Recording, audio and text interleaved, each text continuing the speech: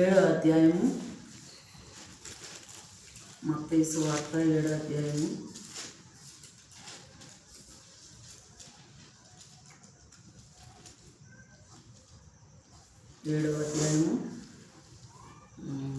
24వ వచనం నుంచి చదువుకున్నాం. కాబట్టి ఈ నా మాటలు విని వాటి చొప్పున చేయు ప్రతి వాడును బండ మీద తన ఇల్లు కట్టుకొనిన బుద్ధిమంతుని పోలి ఉండును.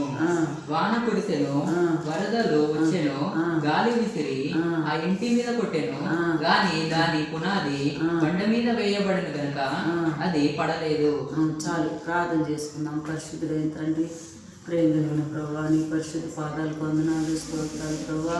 నాయన, ఈ వాక్యం ద్వారా మాతో మాట్లాడండి ప్రభా. నాయన దేవా, నాయన ఈ వాక్యం చెప్పడానికి కూడా నేను యోగ్యత లేని దాన్ని ప్రభా, అల్పురాల్ని అయోగ్యురాలని ప్రభా. నీ వాక్యం ద్వారా నాయన అయ్యా నాయన నాతో మాట్లాడు ప్రభా. నాయన బిడ్డలు నిల్చుండగా ప్రభా, నాయన వాళ్ళ హృదయాలు కూడా మీరు కదిలించండి.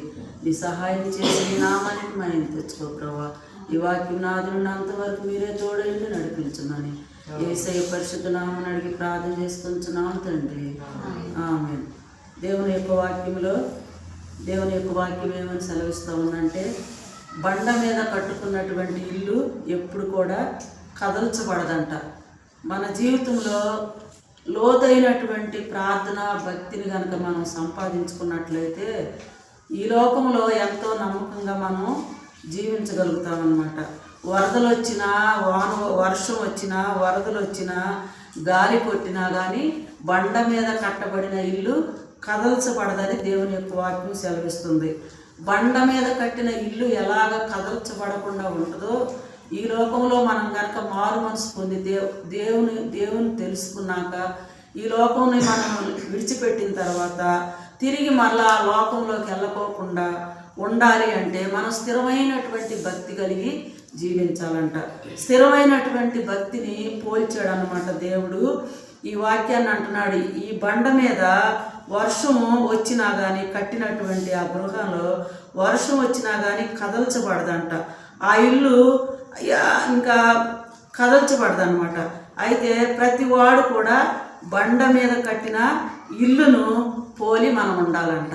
బండ మీద కట్టిన ఇల్లును పోలి మనం ఉండాలంటే ఎలా ఉండాలి అంటే, ఈ లోకంలో నేను మారుమనసు పొందాను, చక్కగా బాప్తీసం తీసుకున్నాను, నెలకి బల్లారాధన తీసుకుంటున్నాను కాబట్టి ఇంకింతే అనుకోకూడదు అనమాట. ప్రతి దినము కూడా మనకు శోధనలు వస్తూ ఉంటాయి అన్నమాట. బంధువుల ద్వారాగో, రక్త సంబంధుల ద్వారాగో, అందరూ దేవుని నమ్ముకున్న వాళ్ళు ఉండరు అనమాట. మన బంధువుల్లో మనం ఒక్కడమే మారుమనసు పొందామనుకో, మన బంధువులందరూ అన్ని జనులు అనమాట. ఏ చిన్న ఫంక్షన్ జరిగినా కానీ కంపల్సరీగా వాళ్ళు పిలుస్తారు. వాళ్ళు పిలిచినప్పుడు అక్కడ మనం ఒక ప్రత్యేకంగా కనబడాలంట.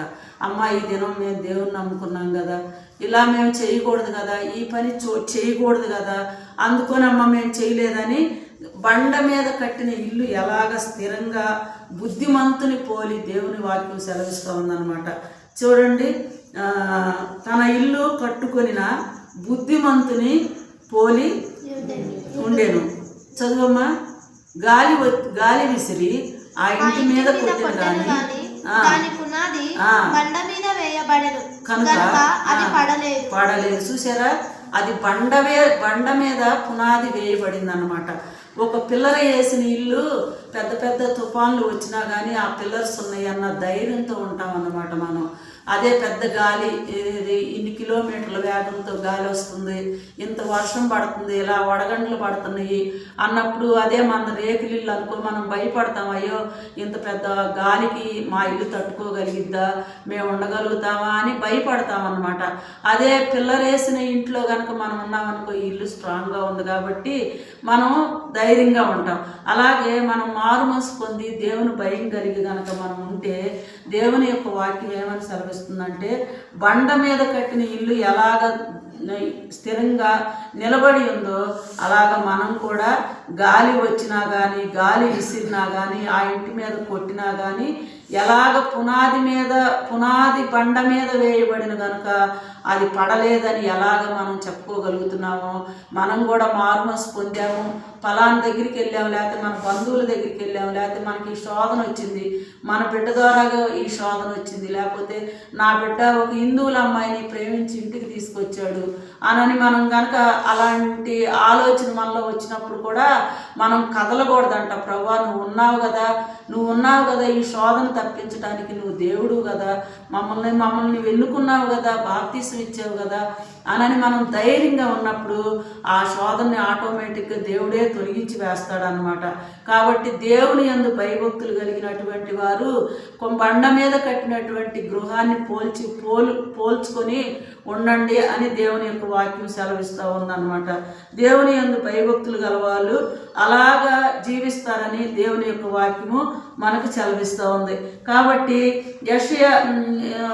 ఎఫెసీయులకు రాసిన పత్రిక 4:27 అధ్యాయంలో కూడా దేవుని యొక్క వాక్యం ఏమని సెలవిస్తుందంటే, ఎఫెసీయులకు రాసిన పత్రిక 4:27 అధ్యాయంలో అపవాదికి చోటియకుడి దొంగిలవాడు ఇక మీదట